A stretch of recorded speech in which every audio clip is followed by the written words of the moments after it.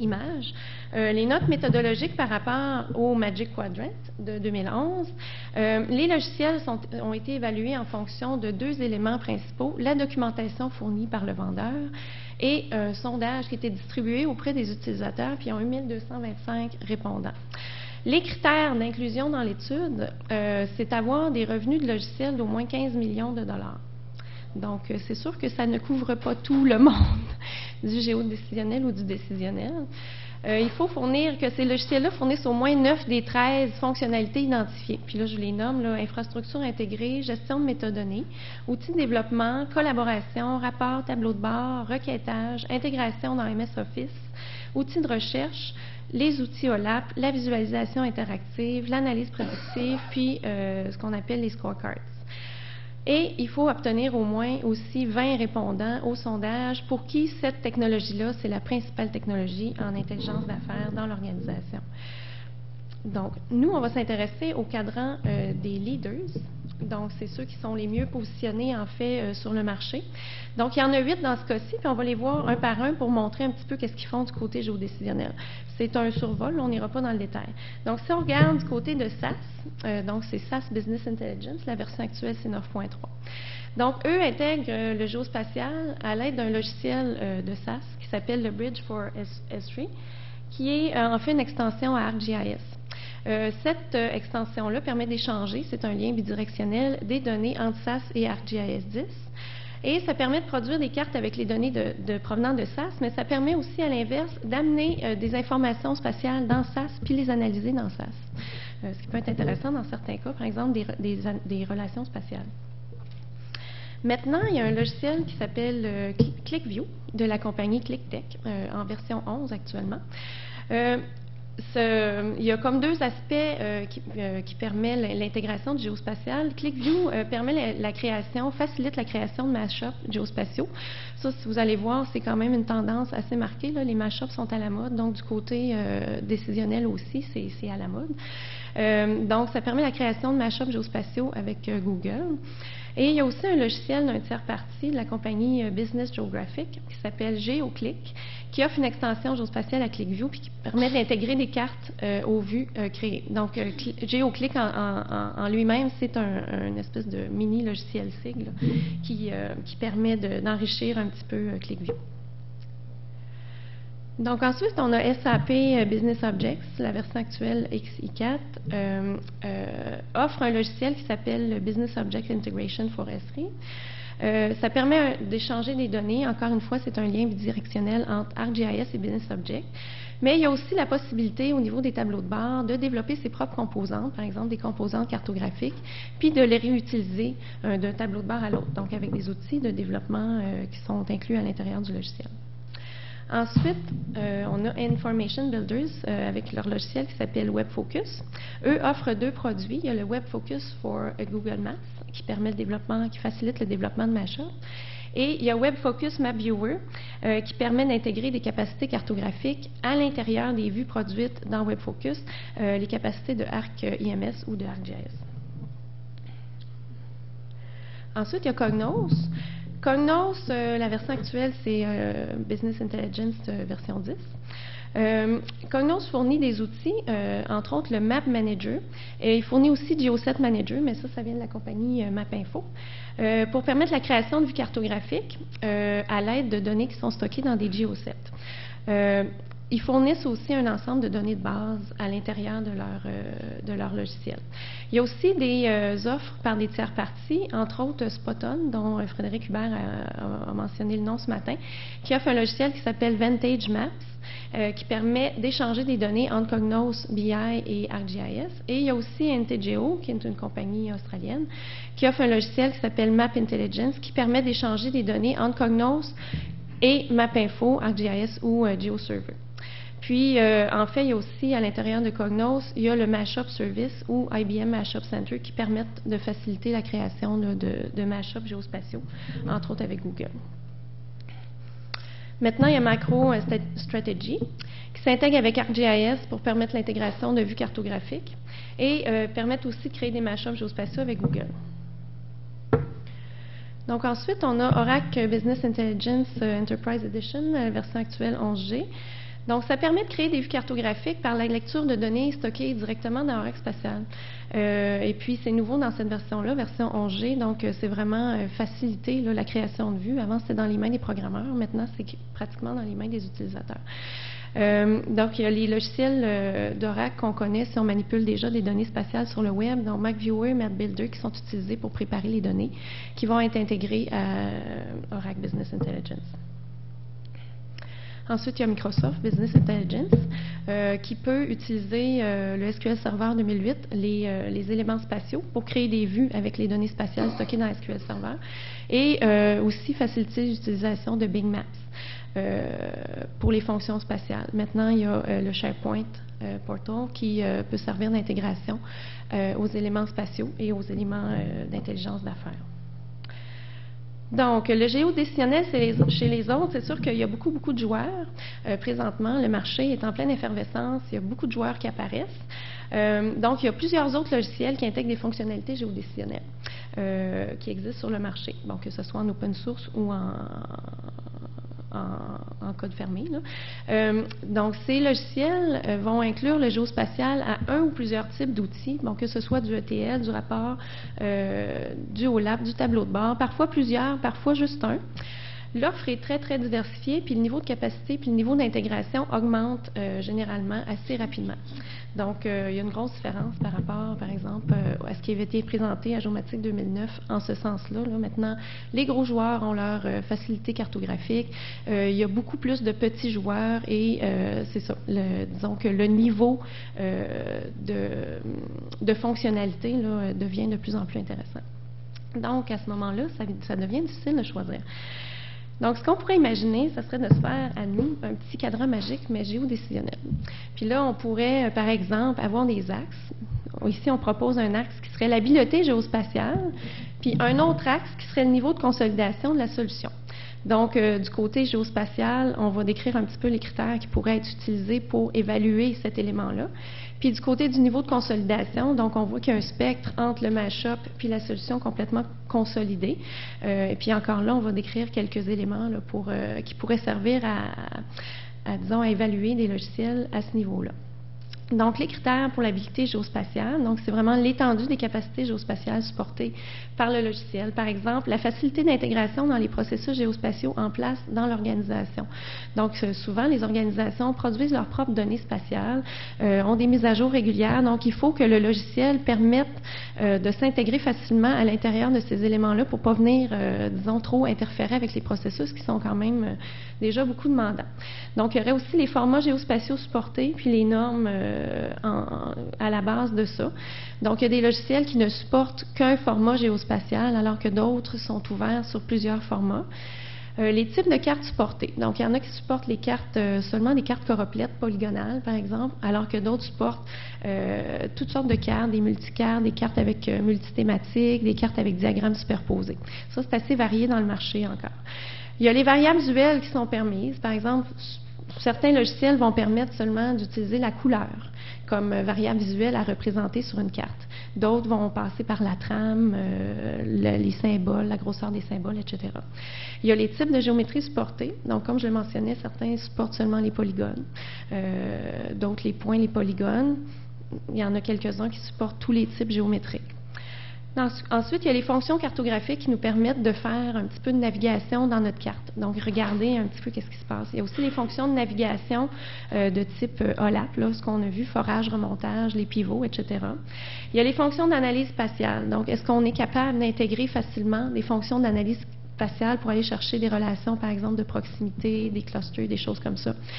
Ensuite, la gestion de l'évolution géométrique. Est-ce que c'est facilitant? Est-ce que j'en ai besoin? Puis est-ce que c'est facilité à l'intérieur du logiciel que je vais choisir? Est-ce qu'il y a des données qui sont fournies avec le logiciel? Est-ce que ça convient à mes besoins? Donc ça, c'est des exemples de critères qui pourraient servir à évaluer l'axe d'habileté géospatiale. Ensuite, il y a le niveau de consolidation de la solution. Donc, on a comme la solution consolidée qui serait une application ou une suite de produits qui proviendrait d'un seul vendeur puis qui serait complètement intégrée. Donc, complètement transparent à l'utilisateur, le fait de passer d'un type d'interface à un autre, là, c'est complètement transparent. Puis, par rapport à ça, il y a le Mashup, qui serait comme une nouvelle application ou un nouveau produit qui résulte d'une combinaison de composantes provenant de différentes sources ou différents vendeurs, qui sont parfois faites d'une façon ad hoc aussi, pas nécessairement réutilisables. Donc, pour cet axe-là, on pourrait avoir, par exemple, le nombre de composantes à installer puis à maintenir. Des fois, ça vient jouer dans notre choix de solution. Donc, si on a 3 logiciels à acheter, installer puis à maintenir au lieu d'un, ça peut faire la différence. Nombre de sources ou de vendeurs différents. Donc, est-ce qu'on a comme 3 lignes de support au lieu d'une seule, par exemple? Le niveau d'intégration dans l'architecture logicielle ou de données en place. Donc, est-ce que ça implique de mettre en place des nouveaux processus pour le fonctionnement de ces logiciels-là? Le niveau d'automatisation des processus aussi. À quel point je suis capable d'automatiser, par exemple, la production d'une carte quand j'ai 4-5 composantes qui se parlent ensemble. Le niveau de gestion de la sécurité des données aussi. Dans certains cas, les données sont ultra confidentielles. Donc, est-ce que je suis capable de maintenir ce niveau de sécurité-là quand je passe de logiciel à un autre ou qu'il y a 3 logiciels qu'il faut qu'ils se parlent ensemble pour produire mon tableau de bord ou quelque chose comme ça? Les transformations de format requises, les délais de propagation des données. Donc, si j'ai des transformations à faire d'un format à l'autre, combien de temps ça me prend? Est-ce que la donnée est disponible just in time ou ça prend la moitié d'une journée, par exemple? Il y a les efforts de développement ou d'intégration de la solution. Donc, ça, c'est des exemples de critères qui peuvent nous aider à choisir au niveau du niveau de consolidation de la solution. C'est sûr qu'il y a des avantages, des limitations pour chacun. Par exemple, si on y va au niveau d'une habileté géospatiale faible, ça peut être utile dans certains cas. La visualisation est très simple. On ne veut pas nécessairement permettre aux utilisateurs d'aller manipuler beaucoup la carte, puis ça fait ce que ça demande. Ça nous montre une carte. Très, très simple. Par contre, c'est peu interactif, c'est peu flexible, ça offre peu de profondeur d'analyse, puis ça a une faible interaction dans les processus géospatiaux en place. Si on a une habileté géospatiale élevée, c'est très interactif, très flexible, une bonne profondeur d'analyse, bonne intégration dans les processus en place. Par contre, ça peut nécessiter une certaine complexité de mise en place si on veut fournir beaucoup de fonctionnalités aux utilisateurs. Il peut y avoir des coûts qui sont plus élevés aussi, éventuellement. Si on regarde un petit peu le niveau de consolidation, si je prends un niveau de consolidation qui est faible, donc je fais un mashup pour une application particulière, donc les coûts d'acquisition peuvent être relativement faibles. Les efforts d'intégration, par exemple, peuvent être un petit peu plus élevés. Maintenance aussi potentiellement plus élevée, surtout si je veux me mettre à réutiliser ces éléments-là. Les efforts d'automatisation qui sont requis peuvent être un petit peu plus élevés, puis les efforts de gestion de sécurité aussi. Par contre, si on y va avec un niveau de consolidation élevé, donc là, l'implantation est facilitée. Maintenance moins élevée, intégration facilitée dans les environnements en place. Automatisation facilitée, la gestion de sécurité aussi. Par contre, c'est souvent des grosses plateformes, donc il y a des coûts de rattachage à ça aussi. Donc maintenant, je vais vous parler d'un exemple d'application qu'on a réalisé avec Oracle Business Intelligence Enterprise Edition. Donc, Oracle, comme beaucoup d'autres logiciels, est basé sur une espèce de modèle à 3 couches. Donc, de la source de données, et supporte plusieurs sources, que ce soit du XML, du multidimensionnel, du multidimensionnel stocké à l'intérieur des serveurs OLAP, des bases de données normalisées, dénormalisées. Donc, ces sources-là sont intégrées dans ce qu'on appelle la couche physique. Donc, la couche physique, on peut la manipuler aussi. On peut recréer des nouveaux objets à l'intérieur de la couche physique pour ensuite aller vers ce qu'on appelle notre business model qui, lui, va vraiment refléter ce qu'on veut montrer à notre utilisateur et va faire les espèces de jointures nécessaires dans la couche physique pour être capable de créer ces modèles-là. C'est des modèles multidimensionnels, donc en étoiles, flocons, etc. Et ensuite, sur ces modèles multidimensionnels-là, on peut créer ce qu'on appelle des couches de présentation. Donc, à partir d'un même modèle multidimensionnel, on pourra avoir différentes couches de présentation pour différents types d'utilisateurs. Par exemple, changer le vocabulaire, avoir une version en anglais, une version en français. Donc, gestion multilingue aussi, c'est là que ça se passe. Donc, ça, c'est un petit peu le fonctionnement technique derrière Oracle BI. Donc, Oracle BI permet l'intégration facilitée de vues cartographiques, donc directement à partir des formats spatials d'Oracle. Donc, à ce moment-là, on se crée une espèce de configuration à l'intérieur de MapViewer et la donnée se lit d'une façon interactive. Cette configuration-là qui est faite dans MapViewer, on la récupère dans les vues qu'on crée. Donc, on peut en créer plusieurs puis récupérer différentes pour différentes vues. Donc, si je regarde un petit peu au niveau du contexte dans lequel on a travaillé, c'était au gouvernement du Canada. Donc, le rôle du géodécisionnel dans une organisation gouvernementale, ça se situe par exemple au niveau de la conception du développement des politiques publiques et des programmes d'intervention. Donc, ça permet d'identifier où sont les lacunes puis où se trouvent les besoins les plus flagrants. Ensuite, ça permet de définir des priorités d'intervention, donc où est-ce qu'on va distribuer notre budget. Et ça permet vraiment le design de ces programmes-là. Ensuite, ça permet la mise en place des programmes. Donc, les évaluations environnementales, par exemple, si on a des interventions à faire, des grosses interventions sur le terrain, donc où est-ce qu'on doit effectuer ces évaluations-là, les consultations publiques, gérer le risque, donc où se situent les zones à risque, etc. Ça permet de suivre aussi le projet et d'avoir comme un état d'avancement. Donc, sur le terrain. Ça permet aussi d'évaluer l'efficacité des programmes. Donc, la mesure, on met un programme en place, maintenant, est-ce que ça a porté fruit? La mesure des résultats puis des bénéfices escomptés. Donc, où est-ce que j'ai eu le plus grand nombre de bénéfices, etc. Et ça permet de mesurer aussi les impacts de plusieurs aspects. Si je regarde le contexte organisationnel avec les gens pour qui on a travaillé, Infrastructure Canada. Donc, Infrastructure Canada est responsable de la mise en œuvre du plan d'action économique du Canada par le biais de programmes de financement. Ces programmes-là vont financer différents projets partout au Canada. Donc, le Fonds de stimulation de l'infrastructure de 4 milliards. Le Fonds pour l'infrastructure verte, 1 milliard de dollars, puis le Fonds Chantier Canada de 33 milliards de dollars. Donc, ça fait beaucoup de sous. Il faut essayer de distribuer cet argent-là de la meilleure façon possible.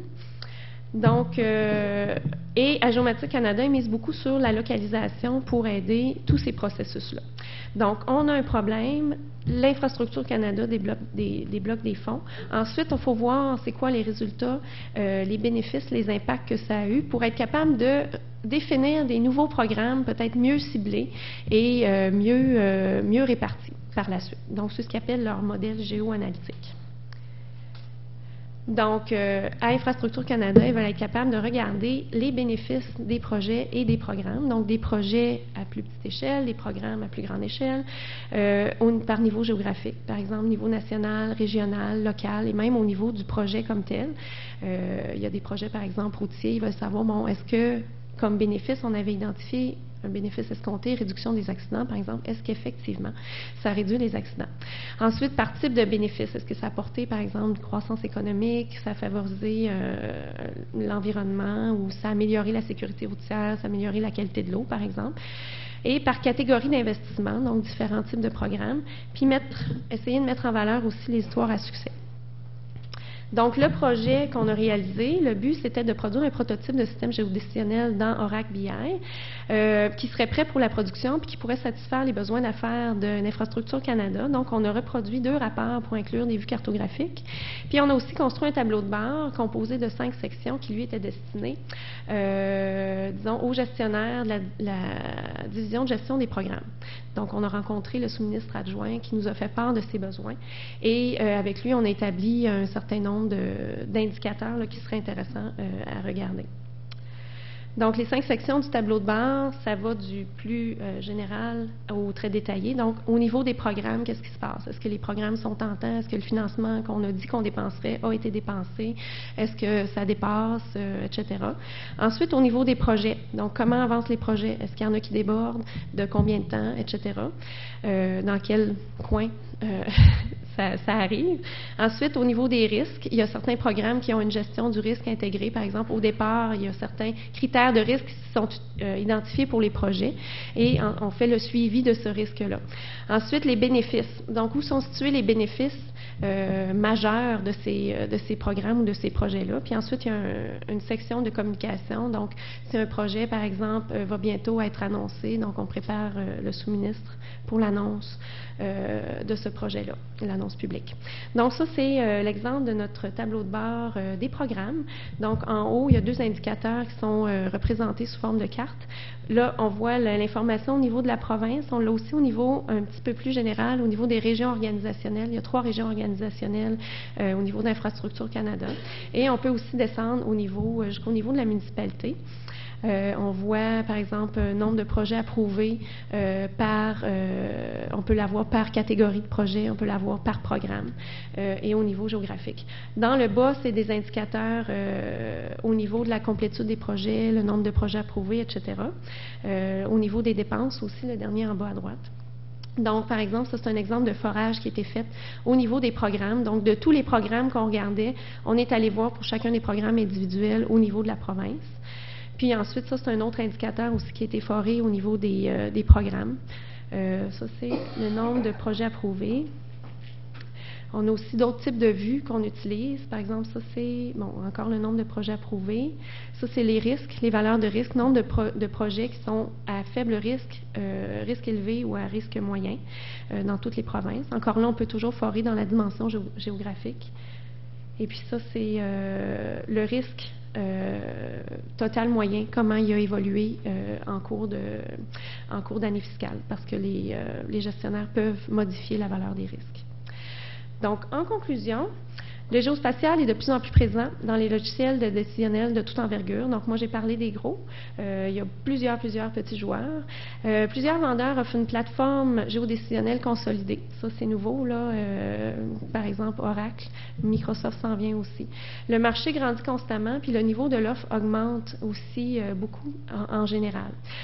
Donc, je n'ai pas parlé de Map for Decision, contrairement à ce que M. Bédard a mentionné, mais je vous invite à passer à notre kiosque pour avoir des démonstrations live. Merci beaucoup. Merci beaucoup.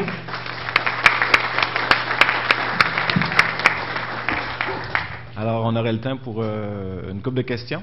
L'assistance? Si vous avez des questions, juste vous rendre à un des deux micros là, dans la salle, s'il vous plaît. Moi, j'en aurais peut-être une. Oui. Tu vas mentionner brièvement là, les tendances, là, comme des firmes comme Gartner Group qui font. Est-ce que ces firmes-là font aussi des analyses des tendances dans le domaine du GeoBI? Est-ce qu'on a une idée de globalement vers où ça s'en va? Il y en a très peu dans le GeoBI. C'est plus oh, pardon. C'est plus dans... Je vais me calmer. Les pattes. C'est plus dans le BI en général. Le Géo, c'est pas très évalué encore, malheureusement. Ça serait très intéressant, là, mais il n'y en a pas beaucoup de ces grosses firmes-là qui font du Géo encore. OK. Donc, il y a de la place pour... J'imagine qu'ils vont réaliser à un moment donné que c'est là. C'est ça. Puis, il y a encore de la place pour des recherches pour justement décortiquer tout ça. Là. Très bien. Oui. D'autres questions? Donc, je remercie mes conférenciers de ce matin. Merci beaucoup.